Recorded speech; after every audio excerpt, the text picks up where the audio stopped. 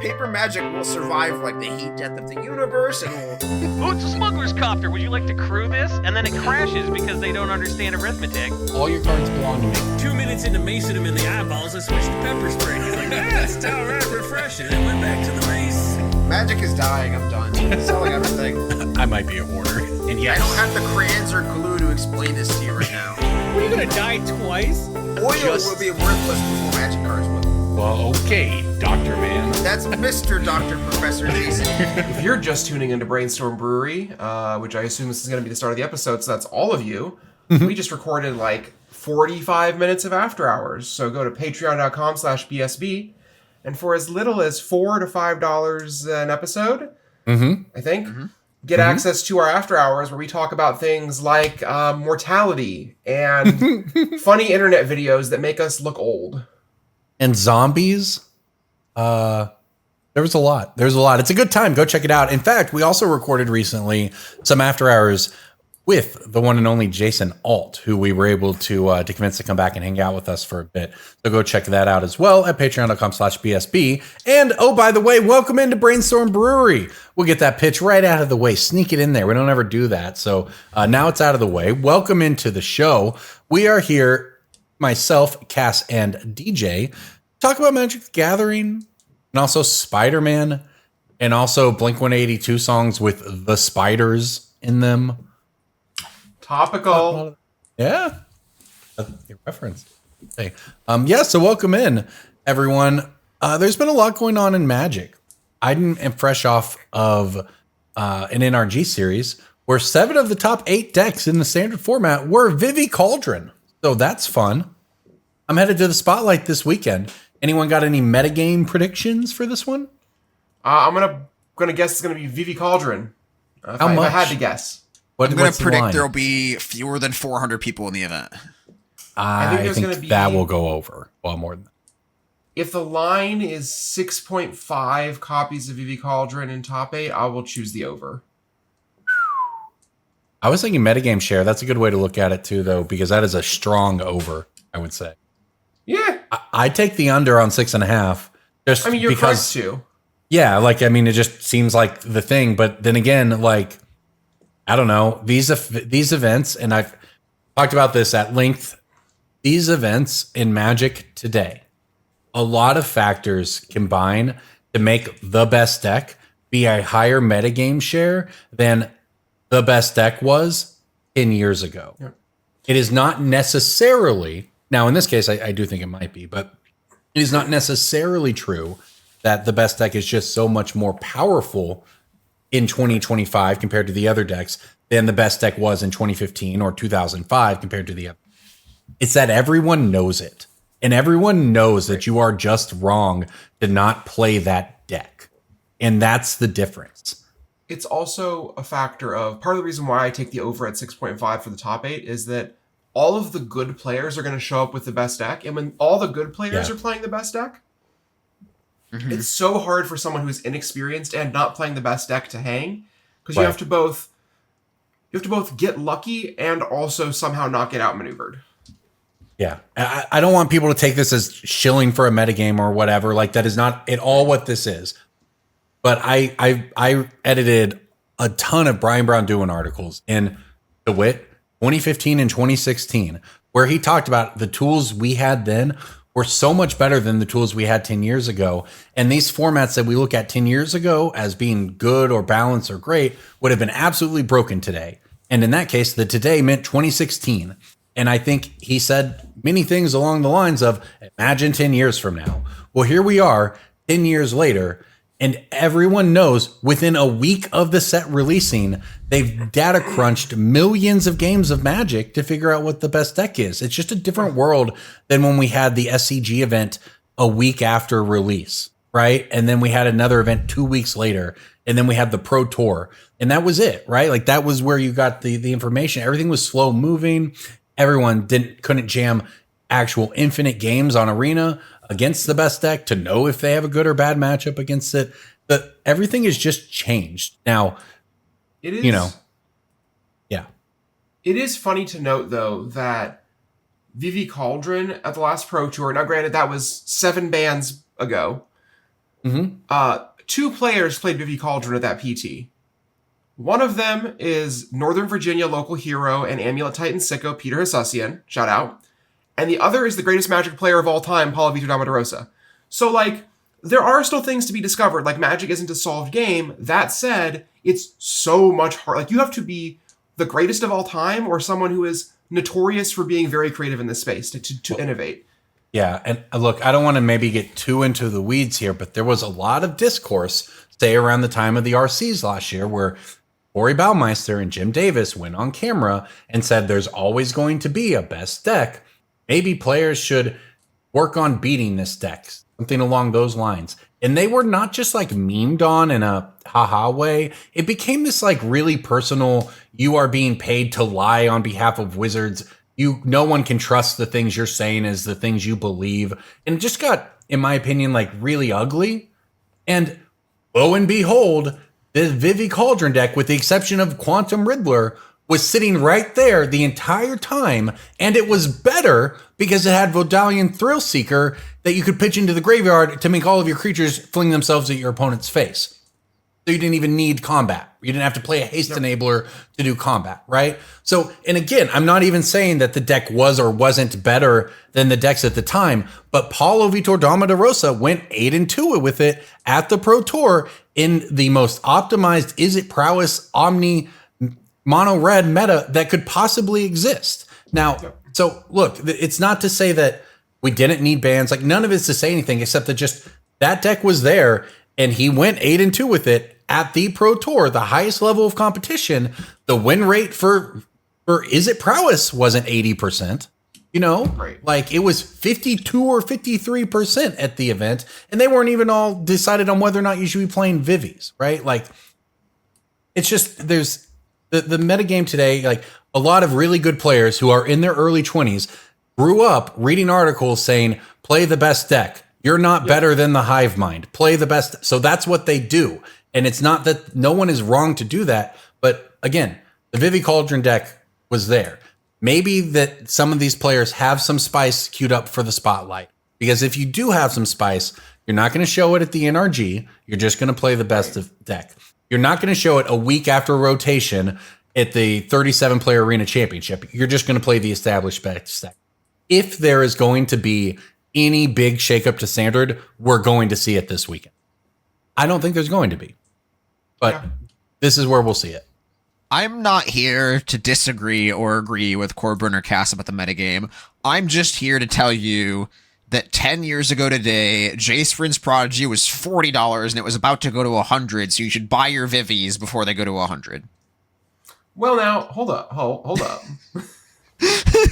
I'm getting a note from the producer that's wrong.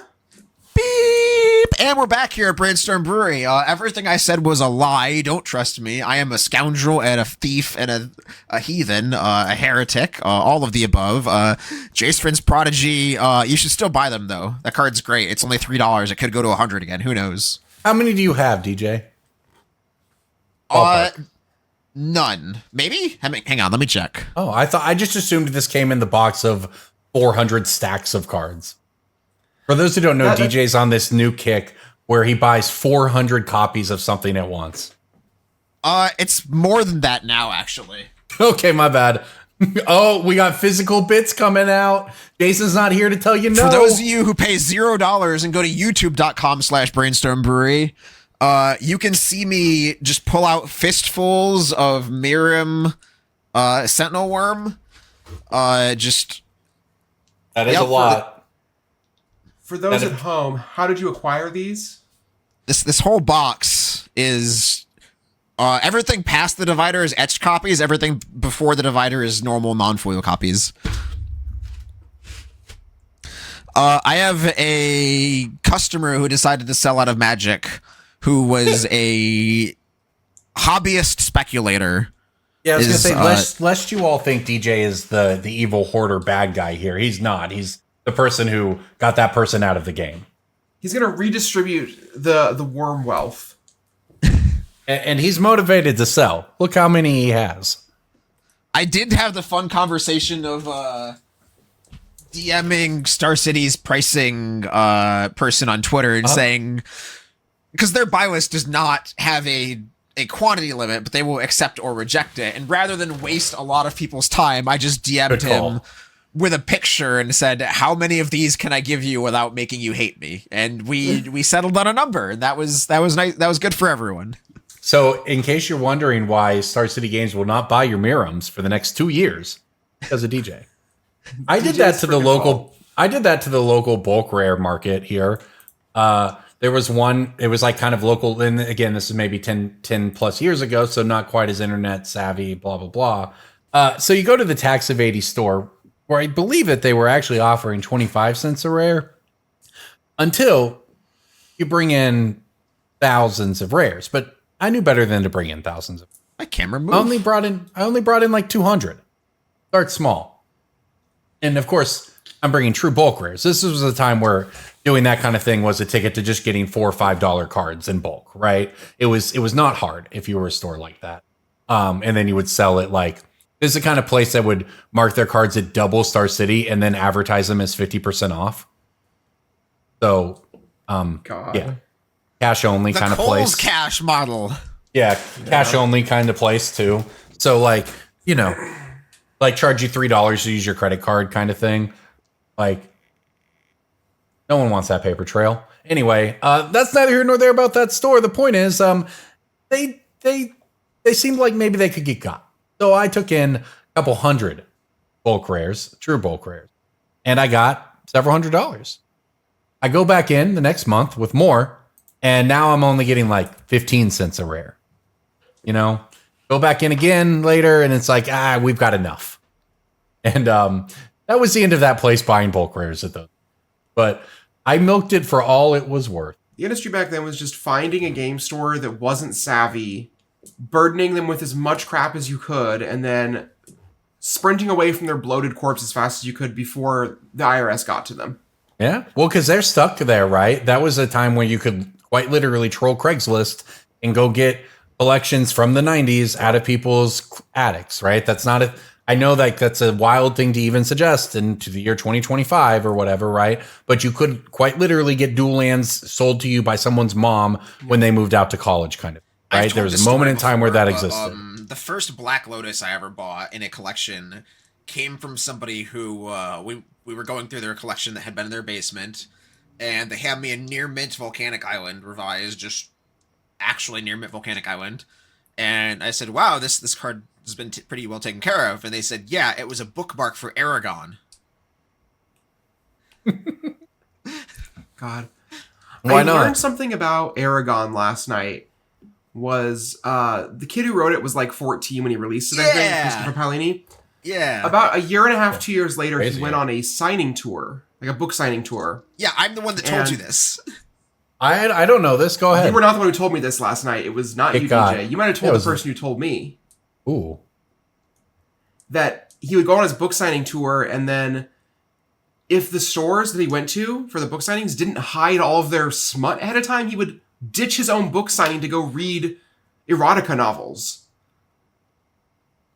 The kid just like couldn't stop reading smut. He just would ditch all of his responsibilities. He would travel to a different city to go sign books. He'd show up and he'd be like, there's smut over there, and he would just go read erotica. Did you tell Emily this, DJ? No, because that's not the factoid that I would have shared. The factoid I knew is that he would wear wizard outfits to the signings. Imagine you go to a bookstore, just like you're a normal person. You go to a bookstore, you're going to go buy a book, and you see a wizard reading, like, hardcore porn erotica in the corner. What a world. That's a good bookstore. That's a good bookstore. They got a wizard on staff who reads porn all day?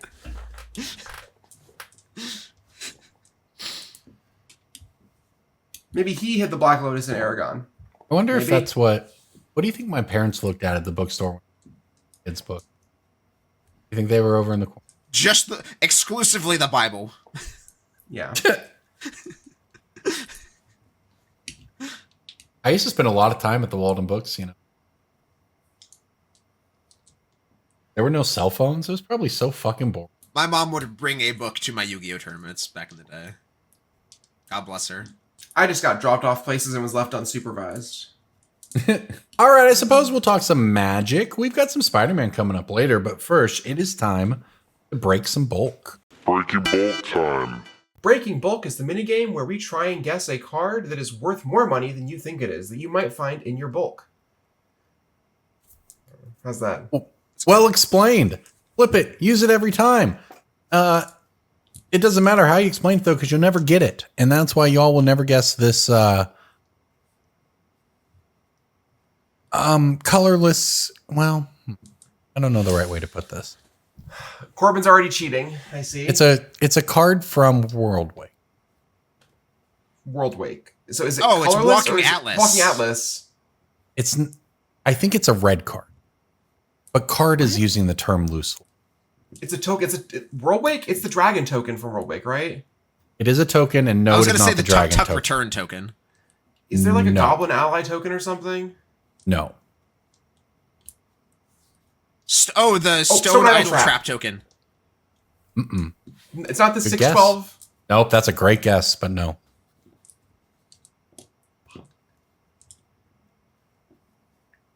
Worldwake. You said colorless, maybe red. Is it a? It's red. It's a red token.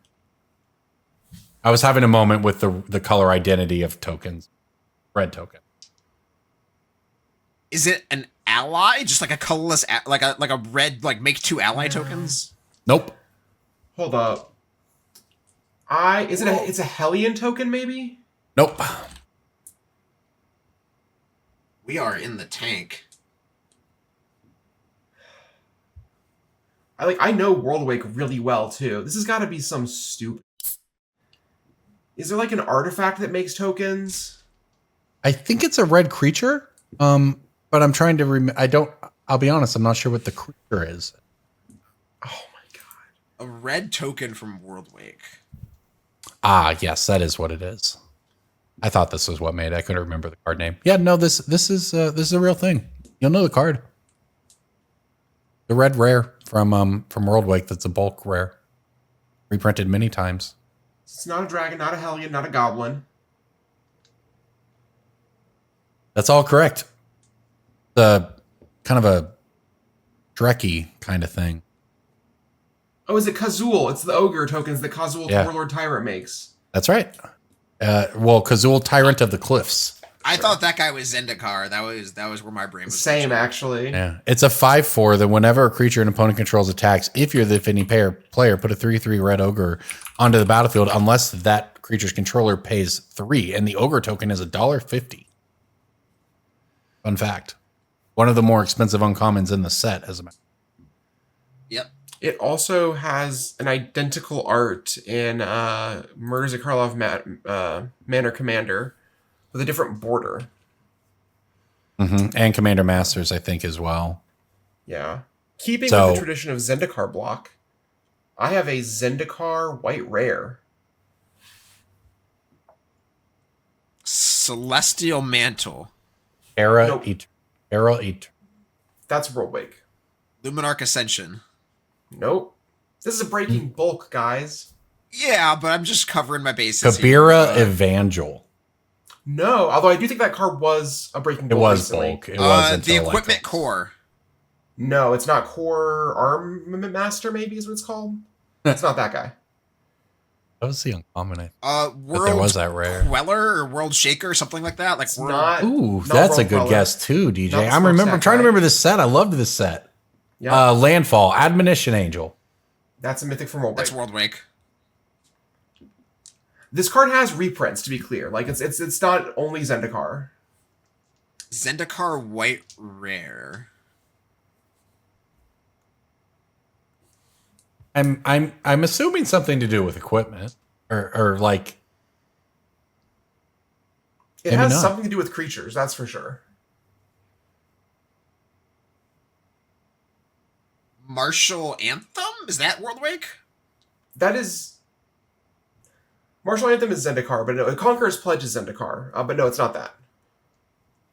yes. Corbin's F6. Okay, DJ. Pressure's on. I'm not gonna get it. The buzzer's gonna. It is Day of Judgment. God damn it. That card was worth nothing for a while. It's in the Foundation Starter Collection, so it's standard legal again. It is. Zendikar copies buy list for more than they're worth on TCG, and notably, the Foundation's copies are like a $5 direct premium.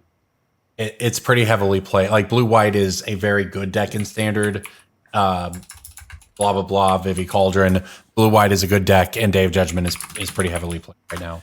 It's played in standard. It didn't get a proper standard release. It has lots of printings, obviously. But the Foundation's printing and even the Zendikar printing all have this like $1.15 to $2 buy list. The Mystery Booster white border one is under $1 and very affordable. Yeah. Not to say you're wrong, but like that's if you're just a player who needs their copies at the most affordable, get the Mystery Booster one with white border. Additionally, that means that maybe those copies are underpriced and you should pull them out of your bulk and like do something with them. True. Yeah, there's also, we've talked to, I think this was my pick of the week or break, whatever. There's not a lot of Foundations bundles left on TCG Player. It's kind of reflecting, I think overall they had more success with Foundations than they printed for. I just learned this card got a Final Fantasy secret lair. I opened those. Spirit's Judgment. I was It doesn't there. look very Day of Judgment. All right, EJ. If you play this card in standard, you should be playing one Japanese Mystical Archive, one Rainbow Foil Astral. Final Fantasy one heavily played Player Awards promo from 2011, and then one Foundation's Fracture Foil Showcase. Yeah, like that's my favorite show. One of my favorite sub games in Magic is to design the ugliest plausible opening hand you can in different formats, right? Like if you think about a modern deck, what is like a plausible opening hand for? I don't know. I don't even know the variants available. Say Boros Energy, and then just using all the secret layers and alternate printings and everything at your disposal. What is the absolute ugliest opening hand? So like think about the Eldritch Evolution that's like all slimy and full art. You can put that next to like a Pixel Land, next to like a Final Fantasy scene. Use the Final Fantasy Yawgmoth, right? You use the Innistrad Remastered Full Art Young Wolf. It's a Pixel Snow Forest. It's the Eldritch Evolution you talked about. No, it's not the Innistrad Remastered Young Wolf. It's the black and white cartoony one. Yes. You can also obviously Commander or CEDH can really come up with some absurd ones. In Modern, you're a little more limited by what's actually good or whatever. But yes, it's a fun little game now that we have so many. A popular inclusion in that one is the baseball player Planeswalker cards. Because they just are so visually different. I think I saw this on Reddit a while ago, else. but somebody did a Commander deck where it's the theme is you can't read it. It's all English, but like the theme is just like the secret lair counterbalance and like that kind of the Gandalf and all the Lord of the Rings poster stuff. I have a friend who has a cube, and one of the themes in his cube is that he tries to get one of every treatment in Magic into the cube. This is like last time you really cared about this was like 2019. Oh, the thing was, if that's to him, a cube is also a visual archive of Magic's history. So like there was one of the Kithian Black on Black SDCC promo that was in there. There was one masterpiece. I think that's really cool. Now you can do that with every deck in every format, where you can just have 60 different treatments, and I think that's so fun. It's so cool. Catalog.tcgplayer.com or whatever. I support that one. We don't need to. Well, where you should go is MTGstocks.com. That is where we come up with most of these breaking bulks, the ones that don't come from our Rokus anyway, because that is the place you can go to get all the Magic financial information you're going to need in terms of daily, monthly interests. You can set alerts. Check out the premium side of the website. There's a lot there. And also on any version of the website now, you have the ability to switch between multiple different currencies, which I know is helpful to many people who are not necessarily US-centric. I have a question for you, Corbin. You said without using our Rokus. I don't think the Avatar Roku card has been printed yet. I'm not sure that one's out. It's not going to land for him, but I got you. Avatar Roku was the Avatar before Aang. He was the one who was friends with Fire Lord Ozai. Why did they name? Or no, was he friends with Sozin? I know DJ says it's a Yeah, really wasn't like Sozin? important show, but if so, why did they just name their characters after my TV box? The TV box was named after the fire guy. They're actually both, I believe, a Japanese name, but Have we done this joke before? I'm having like a deja vu moment where I swear we have like made this exact joke before years ago. I do have a breaking bulk, and I'm hoping that this ends the game in a no contest because no one's been able to get each other's. Yeah, Well, so if somebody gets mine, I think right now then Cass and I are good at the game, and you're bad at the game, but you're just bad at the game. So see if you can be good at the game too. I'm gonna pick a different card now because you fucking said that. No, DJ. My just card pick was your card. my card was in Corbin's era, and now I needed an audible. All right, Cass is here. That's a win in itself, by the way. I was gonna say that really made sense if you think about it. Yeah, like Not for- so just far, not for very Corbin long. and I have both won and lost. DJ's only Yeah. lost so far. Exactly. I have an Apocalypse Rare. That's blue. Colors. I know this one. Ooh, Shivan Apocalypse? Reef. Is it the with the red activated ability where you discard your hand or shuffle your hand? Whirl- It's not Whirlpool- Whirlpool Warrior, though. That is a great guess. Whirlpool Rider. It is an don't know that Apocalypse many cards for non-creature Apocalypse. rare. Sure. And it's white? It's blue. Oh, it's The other blue. color. Well, that really helps me. Oh, can I give you the flavor text? Would that help? Yeah, Oh, for actually. sure. Artist, That'll the help me a artist lot. name. That'll help me a lot. Keep going, yeah. I'll take the flavor text. Even the oppressive cold of the cave could not temper Eladamri's ire. A lot of words to say she meant. Whatever an Eladamri is. Eladamri, the Korvek doll? I don't know. You know, what the that New York means. financier? Eladamri? I don't know anything The one who about united the core, the Vec, and the doll? Like the Don't know the what Korvek doll? Don't know what this. Jerry!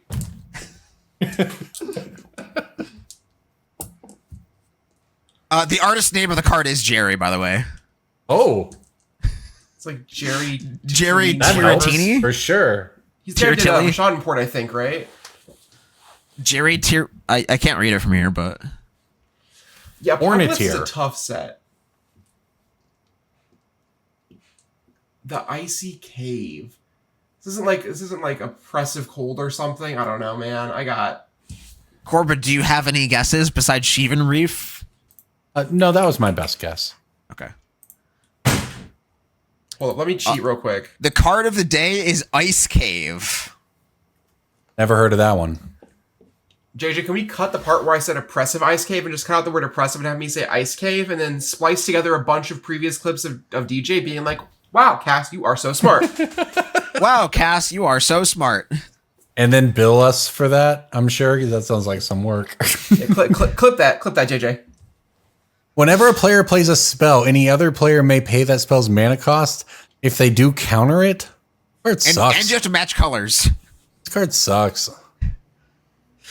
Does that mean Why I is can this just card- choose to pay nothing or like for a free spell? Like if somebody has omniscience, Yeah. can I counter all their stuff by paying nothing? No, is it the card's mana cost? Oh, that's true. No, you're right. It doesn't say what they paid. You're right. Yeah. Why is this card worth money? I don't know. It's an Okay. Apocalypse Blu-rayer that hasn't been reprinted ever. I guess I'm doing my best the Jason list, thing the here. list. I'm looking at EDH Rec and I see Mishra, Artificer Prodigy, Hilda of the Icy Crown, Chromat, Kenrit. None of this really seems like a thing that Are would those be all driving up ice the themed price. decks? Certainly Hilda is. The others, I don't think so. Star City will pay you 50 cents on the list copies, and Card Kingdom will pay you $1.40 on the list copies. Oh, the list Apocalypse copies, version yeah. is more affordable, and will also presumably be played. Like you can't find near mint ones probably because everyone played these back in the day. You had to be there. Yeah, You had to be buy with list the ice cave prices. meta. Buy list prices on the list cards, in my experience, are usually much higher than. I say much. They're usually some amount of percentages higher than their regular printing counterpart. I mean, those cards are just harder for people to engage with on a buy list because there's so Yeah. many cards in Mystery Booster. And Exactly. All right. Well, there you go. I guess that means DJ won as well. We're all both winners and losers, but hey, those cancel out. We're just winners. Cool. And now to be losers, let's talk about Spider-Man. Oh, didn't you see the AI art card? I did not see that one. What? It's because there's not one, but there was a witch hunt, as it were, in the JJ and Jonathan card where he's like holding his fist up or whatever, but the thumb is like, I guess, awkwardly shaped or whatever. I don't know. There's immediately a witch hunt calling it AI until like people were like, actually, we can go look at all the others are the artist's other cards over the years, and all the hands look exactly like this from like 15 years ago. It's hard to draw, man.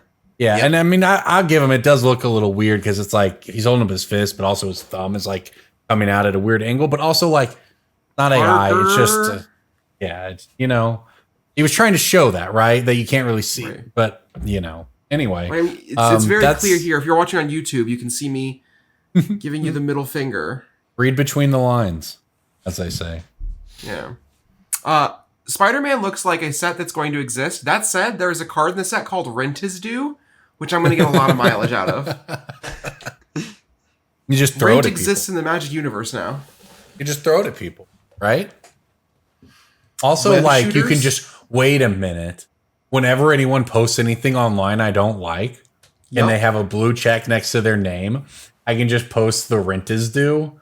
Ooh, that's a good one. You're right. Yeah. Web shooters rules, because that's my homies online who fight for me when I get in trouble. It's my web shooters. Yeah, I don't know. This all looks fine. All the creature types are what you'd expect. It's not fun to guess based on this Mark Rosewater Spider-Man teaser, because normally it's there's a card that says discard your whole hand and you go to 1 life, blah. I don't know, like there's nonsense you can infer from and try to guesstimate from, or like enchanted creature gets +20/+20. We can make interesting predictions about that. But what am I supposed to guess when it says a famous Spider-Man meme is made into a card? Oh, it's that. It's pointing. Whoa. I'm sure people will like the set. Yeah, this is the first time I've really felt disconnected from these Universes Beyond sets. Like, I actually just feel like I don't get the appeal of this one. And that's okay. I'm one's a gonna little be mid. okay. This one's a little mid, I have to say. There are That's just my widgets take that I on will it as continue to well. buy and sell to put food on my table. Right. I like Spider-Man. I don't think it's Final Fantasy. No, nothing will be, except if they make Warf a Magic card. That would be better than Final Fantasy. What did we talk about Dune in our discussions of this? We've talked about Doom, but buddy, But I'm always they're down to chat recording Dune. they're recording Dune Part 3 right now, right? They're filming it. I believe it's already wrapped filming. I could be wrong though. And they could easily line something up with that, depending on when that's slated to come out. I listen, I know this is a sentence that if you had told me I was going to say this out loud a few years ago, I would have called you a liar and a fool, but I would build a Paul Atreides commander deck. I would do it. I'd make my War cool. Crimes and Atrocities deck. It's fine. Dune's cool. Dune's so cool. All right. Well, Oh yeah, So, I love Dune I mean, too. There's a couple things on here that I can try to salvage from this teaser. Not that the teaser is bad. Okay. I don't think there's much Mark Rosewater can work with when all of the cards are so intentionally heavy-handed, whether that's a good or bad thing. New counters are ingenuity and film counters. Proliferate stuff has already kind of gone crazy because of a multitude of counters in Final Fantasy and Avatar and other properties over the past few months. So I don't think there's super actionable there, but it is worth keeping an eye on. If there is legendary creatures that say ingenuity and film counters, you might want to do something with that. A card that lets you exchange life with another player. I personally have a commander deck that is Selenia Dark Angel that is all about this effect exactly. Where the whole gimmick of the commander deck is get yourself to 1 life and then do life swappy shenanigans with like Axis of Mortality and Mirror Universe. Selenia is a reserved list card. I think there are some other cards that if we get enough eyes on that type of game mechanic that more people might flock to it. Right now, it's a pretty niche deck archetype within Orzhov. Most people go for the life draining or the token stuff. But if there is enough life swappy shenanigans, there are plenty of budget cards in that archetype, like Axis of Mortality and Soul Conduit, that kind of thing. I wonder what card... Oh, sorry, go ahead. Whenever a creature you control with menace attacks, create a treasure token. That's maybe actionable. Spider stuff, obviously, as a lot of it's probably not going to move the needle, but... Or has already moved. Like which character are they going to put on the card that has the text, exile those tokens when Mysterio leaves the battlefield? I'm so curious which card that's going to be. Mark Rosewater's really got me scratching my head. Maybe it will be, see, you're implying it will be Mysterio. What if it's like an equipment? Mysterio's bots, and it only comes into play when Mysterio. That seems unlikely. What if it's Jake Gyllenhaal? Right. Oh man, which they don't have the rights to. They don't have the rights to that one. They would never do that. Don't look at Lord of the Rings. For those who don't know, they only have the rights, like all of these things, to the books for Lord of the Rings. Just like they don't have the rights to the MCU, being the Marvel Cinematic Universe, they have the rights to Marvel Comics stuff. So, like, in Lord of the Rings, there were, however, a number of cards that slipped through that were just obvious references to the movies, mostly in the art, to be honest, but also, like, occasionally in just how the whole card kind of worked. That were things that were maybe only in the movies and not in the books necessarily, right? But it's referencing it. So it's the line is there to be danced upon.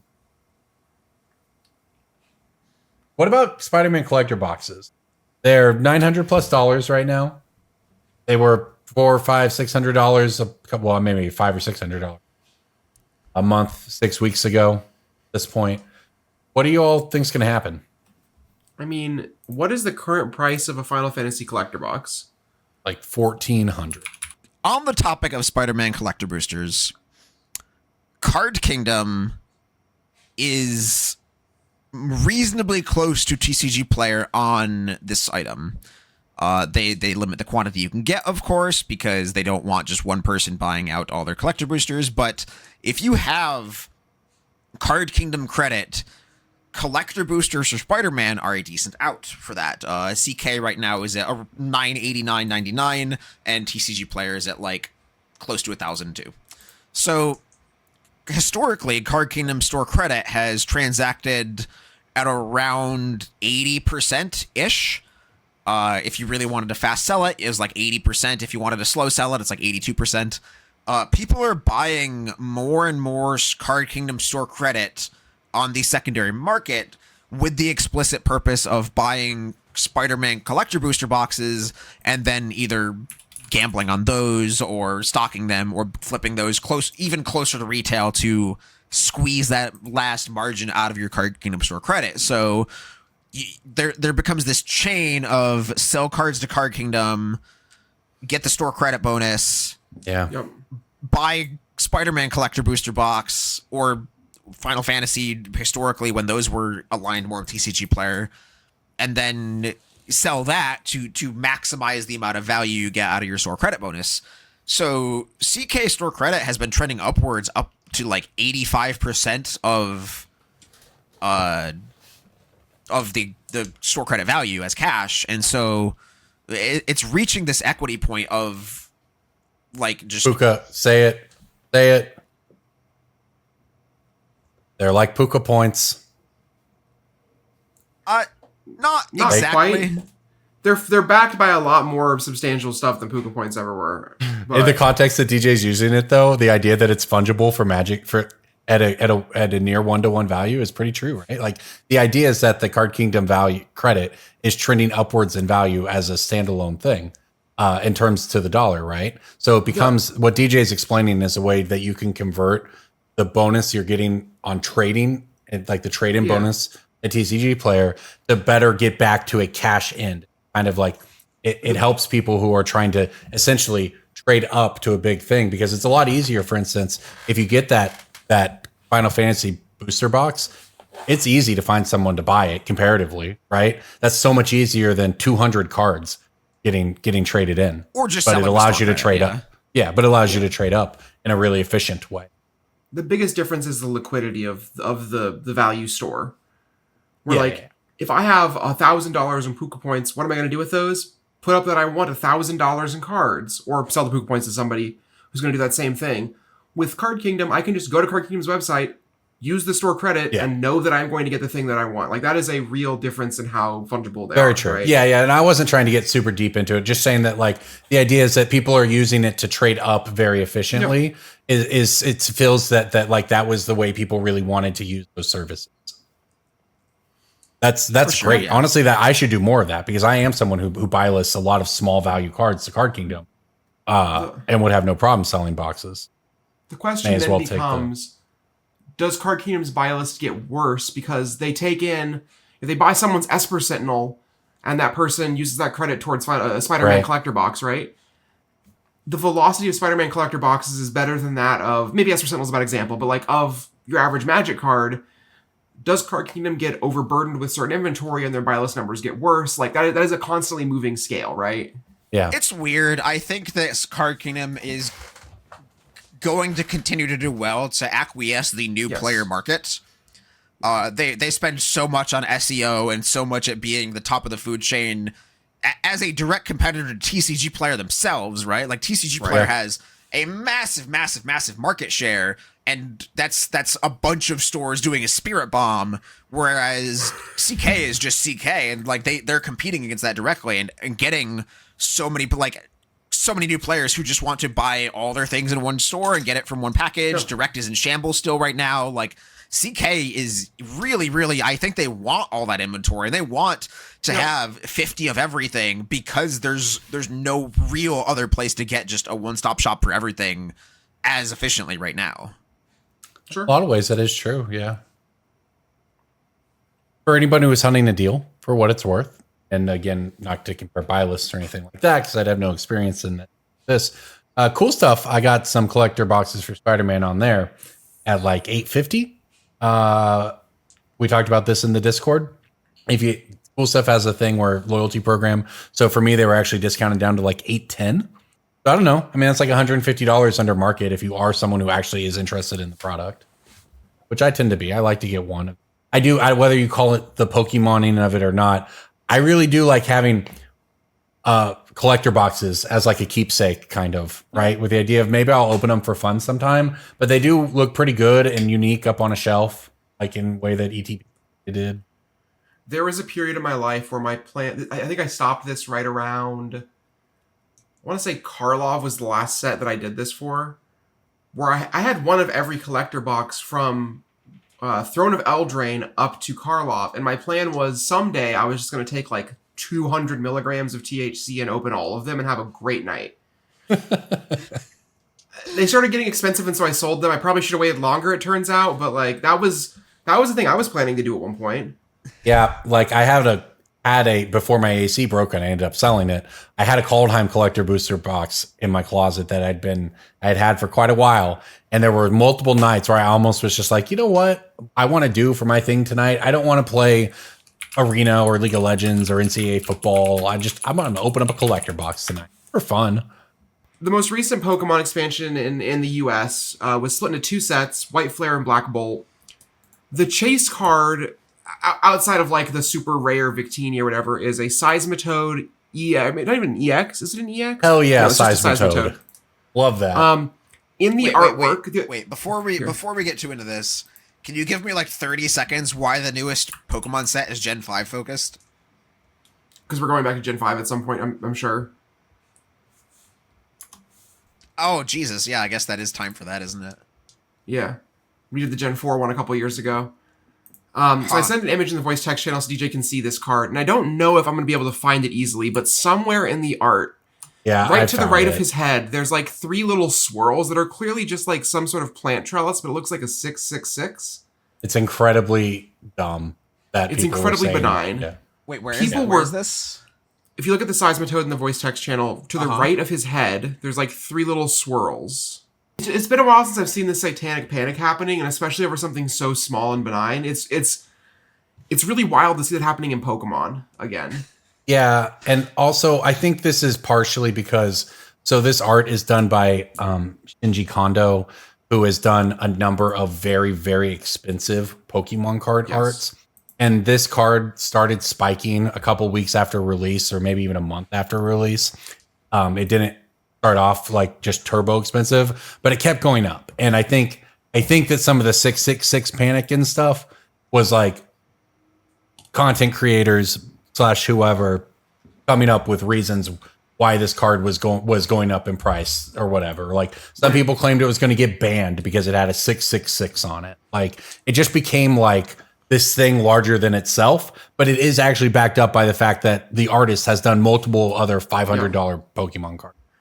It's also just like, I think Seismitoad is one of the worst Pokemon. I hate that guy to my very core. I like this one. He's kind of cute here. He's kind of cute. I don't know much about Seismitoad. I definitely was not around for this, but it's fine. It's fine. One of the most toxic Pokemon TCG cards of all time is Seismitoad EX from Furious Fists. It has an attack for 2 colorless energy that says your opponent can't play item cards in their next turn. Oh, that is broken. It's just itchy pollen, right? Yes, but it was on a 180 HP basic that sounds dumb. Yeah. Pokemon's all about item cards, and right? double colorless was in that format. So before you could even take a turn. So the best deck in that format was called Toadbats. It was Seismitoad EX to like item lock your opponent, and there's a Crobat that when you evolve it, you put 3 damage counters on something. And you played the Crobat and you devolved it to put it back in your hand. You played the Crobat while you just item locked them. You used an item to poison and confuse their Pokemon. And it was so miserable. I hated it. It does sound like as you said, toxic. All right, let's talk about the next thing on the Magic Show, which is going to be... Well, the Magic Show. Magic Show. Hosted by... Magic Show. We're here to talk about magic. Wake the up. Show about magic. Wake up to another show of the Magic Show. The floor. Talk about we were watching throwbacks. There's a good one right there. Yeah. Yeah, toxicity. Of our city. Hypnotoxicity Laser is my favorite Pokemon card.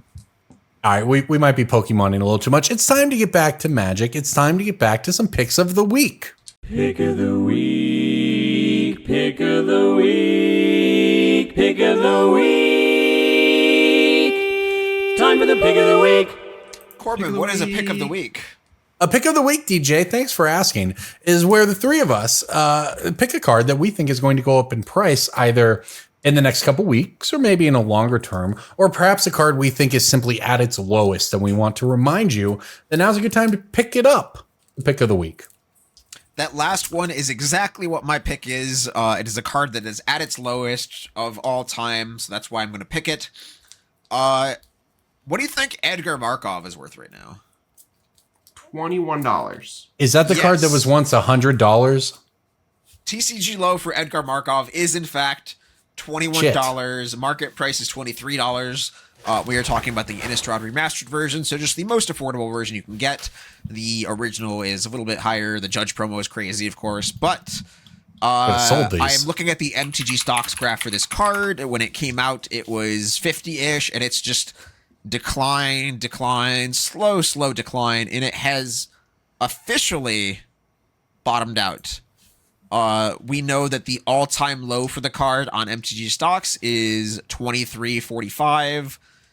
So it's down there. It's down there. You can buy the retro copies for like 15. Jeez. That's great. That just like can't be right. Yeah, maybe there's The only reason I can think of is that the overlap between like the retro foil enjoyers is not the same as like casual vampire crowd who will just suck up the card. I assume there's some like holo stamp authentication stuff in there where like the newer players just want the cards that look like they match the rest of their vampires. Sure. So I think if I were treating this card like I do Mirror Sentinel Worm, I would invest in the regular Innistrad remastered version, not the showcase, not the retro.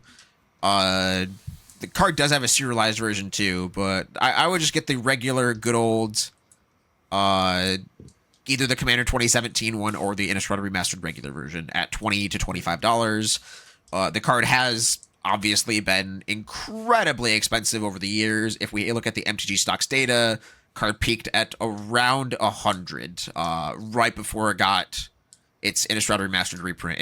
It shot up to over 100. Yeah, this is the kind of card where, like, I'm not saying you should do this, but if I were to spend $1,000 to buy, 40 copies of these, throw them in my closet for six months to a year and a half, or whatever, like, I'm pretty fine with that. This card is... A price memory of $100 means that, like, this card getting back to 50 is not all that unreasonable as supply dries up. It's doubling season. The card is just a 3-color doubling season from 2015. Like, that's what we're talking about here. It's harder to reprint than doubling season too. They can kind of secret layer. I mean, treat it like you do Kaalia. Kaalia of the Vast is also a card that has hit very, very high price, same exact color identity, dealing with just very popular creature types. And I've said my piece. This is too long for the TikTok. The kids have scrolled past now, but like, Edgar Markov, bam, emojis. Bye, Edgar Markov. Fire emojis in the video. Can we get, like, the potion seller effect on DJ's face when he's like, you should buy Edgar Markov? I want your strongest I want your strongest vampires. TCG player. Traveler. I want your strongest vampires. My vampires are too strong for you, Traveler. Traveler or seller. Fuck. Potion seller, I'm going into battle. Did you not hear me? I am battling my friends Thursday night. I want your strongest vampires. My friend has a sapling deck and it's utter bullshit. I don't know why he's getting slowly more British, but like... That's fine. You know what's not British at all? Is my pick of the week. Overlord of the Hauntwoods. I like that one. This card is very strong. All the Overlords are really strong. This is the green one. It's kind of been level in price for a while, and Duskmourn's not getting opened very much anymore. Yeah. This card has 2.5 years in Standard still or something. Maybe 2 years in Standard still. I love buying this card. The Stample ramp card, I think. A Stample? Stample. It's a new Stample ramp. That makes sense. It's like... It's an enchantment. It cheats on mana. It's a ramp card. It's got an attack trigger. Like, it does so many little things, and it's rated for Standard for sure. This card probably goes in a lot of Commander decks. I can't imagine this card getting much cheaper than it is, so buy them. Making land token. This is one of their first time making land tokens. Yep. And there's silly things you can do with land tokens, like doubling season and parallel lives and all of these other. Also, like, it just can you populate is sort those? I think you can. Probably. It just has a token. Populate just make a copy of a token you enter the battlefield this turn. Yeah, but populate is. It doesn't have to be this turn, right? Yeah, no, I'm sorry. They only make copies of creature tokens. Boo! Never mind. Populate's a stupid mechanic. I mean, it does seem like they'll just release Populate 2, more Populate, more Furious, where you can populate any token. How can I not populate my map tokens or whatever? I feel like that's a huge miss. That's fine. At the time, they didn't do stuff like map tokens, right? I agree. They hadn't really embraced the trinket era of Magic. Oh, you mean like what, 14 years ago? Again, 10 years ago, Jace Friend's Prodigy was $40. I cannot stress this enough. All right. I don't know why this card I'm about to pick is spiking. Maybe you all can tell me. But I do know that it's not getting reprinted. I do know that it's a mythic, and I do know that it has climbed. Corbin knows it's getting not reprinted. Insider info. TikTok viral. Hello. Corbin. I know this guy with hammers. I know that it's gone from $3 to $5 over the past month, and that it at one point was $8 not all that long ago. And the card is Witch King of Angmar from Lord of the Rings, Tales of Middle-earth. It's a mythic. It's a flying 5/3 Wraith Noble. Whenever one or more creatures deal combat damage to you, each opponent sacrifices a creature that dealt combat damage to you this turn. The ring tempts you. Discard a card. It gains indestructible until end of turn. Tap it. I don't know why it's spiking. I don't know why it originally climbed from $2 last July up to $8 back in April. I don't know. But what I do know is it's gone from 3 to 5 in the past month and that it's already gone higher. And second spikes usually tend to go higher than the first. So it just seems much more likely that Witch King of Angmar is a $10 card a couple months from now than it is that it's a $2 card again. And given that it is a mythic from, a set that is not easy to reprint, it's just, if you don't know what the card is, or maybe you've thought about it in the past and we're like, oh yeah, that card. Now's the time to look at it because it is starting to move and won't be available under 5 for money. Here's a real question for y'all. Let's say we're envisioning a guy. There's a guy who really likes Spiderman and Avatar: The Last Airbender. Likes fandom stuff in general. Gets into Magic and is like, oh, there's also a Lord of the Rings set? I was just about to say the same thing. I had this locked and loaded. Corbin finished the sentence. I saw you were chomping at the bit. I was like, I'm gonna let Cass go first. I was going to say this exact same thing of discovered demand from Universes Beyond enjoyers of, I got my cloud deck. This is cool. What else does Magic have? I have 30 years of history to go through. Let's go back first. Oh, Lord of the Rings. Interesting. Right. And they spend 6 months on Lord of the Rings.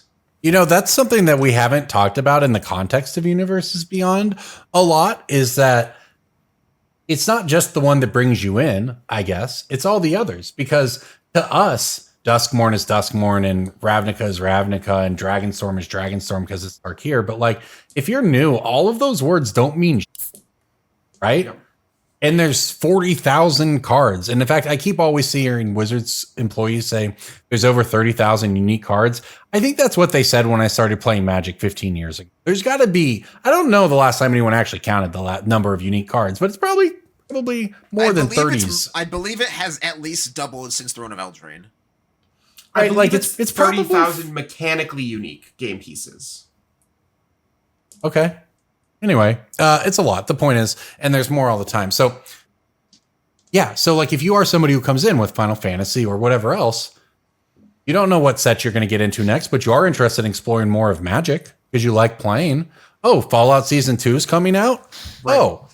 Oh, by the way, everyone, Fallout Season 2 comes out in December 2025. All of the Fallout cards are going to spike again. It's also when Rings of Power Season 3 comes out, people are going to sell all Lord of the Rings cards because it's going to suck. I heard Season 2 is good, but I haven't finished it yet. I haven't either. I haven't watched it, but I've heard it's good. It's a free jab. I gotta take my jabs on. Oh, for sure. Show when I can. I think that means that we're done. Our obligations have been fulfilled. Our sponsors shouted out. Our Patreon pitched. Wait, what was your pick? My pick? Overlord of the Hauntwoods, dog. Oh, right. Yeah. Where you been, brother? Where do you think we are right? Where do you think we are right now? I think that we have fulfilled all of our obligations. Don't hit me with the Scrubs reference that no one watching this will get. I've seen all of Scrubs and I didn't get it. It's the Dr. Cop sad episode with it's the Brendan Fraser episode. Now I'm sad. Spoilers, everyone who hasn't seen this 15, 20-year-old show. 20 years, probably. I think it was 25 years. Brendan Fraser dies, and John C. McGinley. No, is that the actor's name? Anyway, Dr. Cox is very sad about it. That episode came out 24 years ago on October 2nd, 2001. That episode was barely post 9/11. Yeah. I did not know it was that day. The world was still raw. I didn't watch Scrubs until 2000. The country was still raw. The world at large was kind of over it at that point, but America I binged Scrubs I binged Scrubs in 2011. I didn't even realize it was that old. Correction, the air date of the first episode of Scrubs was October 2nd, 2001. The Brendan Fraser episode is only 21 years old. Oh, great. Cool. Wait, anyway, so Scrubs debuted. So that's how America got over it so quickly. Right, 9/11 happened, and then we started watching Scrubs, and that was worse. Oh, Jason would be so proud of you. He hates that show. I was going in the direction of then our nation healed and forgot about 9/11 because we loved it so much. People did love Scrubs. They made 9 seasons. I watched all of Scrubs via DVD that Netflix mailed me. That's funny. I watched it on DVD too. I bought it on DVD and watched it at my mom's this summer while I was unemployed out of college before I got a job. No, I was fully okay, based on the mail system, I can do 12 episodes a week. I was maximum efficiency on that shit. Oh, yeah. That was back when Netflix was like a $5 subscription to get mailed up to 2 DVDs a week, I think. Yeah, so the thing is, you think we're dated mentioning Blockbuster, like mentioning Netflix as just anything other than what it is now, which is everything, right? And everything else. Like you can play games on Netflix and shit. When I it's think the same as it was after hours when I talked about my mom's movie binges, my mom's movie nights, right? Those were sponsored by Redbox. Oh hell yeah! There Love a good is The Redbox. $1 Redbox or $1 or $2 Redbox DVD rentals. Yeah. There is a 7-Eleven kind of near me that has a Redbox outside that's like clearly decommissioned. They went bankrupt and closed down a few years back. But the newest movie on it is Dungeons and Dragons Honor Among Thieves, which is such a perfect time capsule. Yeah. And I kind of wonder if there's still a DVD of it in there, and I desperately want it. I'm thinking Yeah, about just give it a little shake breaking into every the now and again. Redbox. Yeah, for Just for give it a sure. little claw machine shake. Yeah. Oh, they just went out of business, y'all. A year ago. Yeah, it's recent. Redbox went out of business. They hung on. I guess. I mean, they have the whole business model had no overhead, right? Like, It was just vending machines. They had to buy new movies, but DVDs are free, basically. I mean, if you're on like, I don't know the right word. I'd say tech bro, but that's probably not the right. Grinder bro on TikTok or whatever. Grindr bro, those huh? people trying to get your. Maybe that's not the right one either, but maybe it is. I don't know. Anyway, all those people trying to get your passive income up. I guess that would be active on. Anyway, they tell you to do that. They tell you to get into vending machines and car washes. They do love saying to do those things. If everyone just did that, you'd all be rich. It's that simple. If everyone just did that, we'd all just open our own car wash. Corbin Hostler telling everyone to churn on their grinder right now. Yeah, everyone, hop on Grindr and see if there are any bears in your area. Any bears nearby? Oh, Maybe a hunk. From what I understand, the bears get chosen before the men, so you might be okay if you're going. What if we started a car wash that was exclusively just like burly, hairy guys who washed your car? And we called it Grindr. Instead of cash, you pay for it with Miram Sentinel Worm etched foils. No, you pay for it with Puka points. Thanks for listening to Brainstorm Brewery, everybody. I've been Cass, your host. Tune in next week. Bye.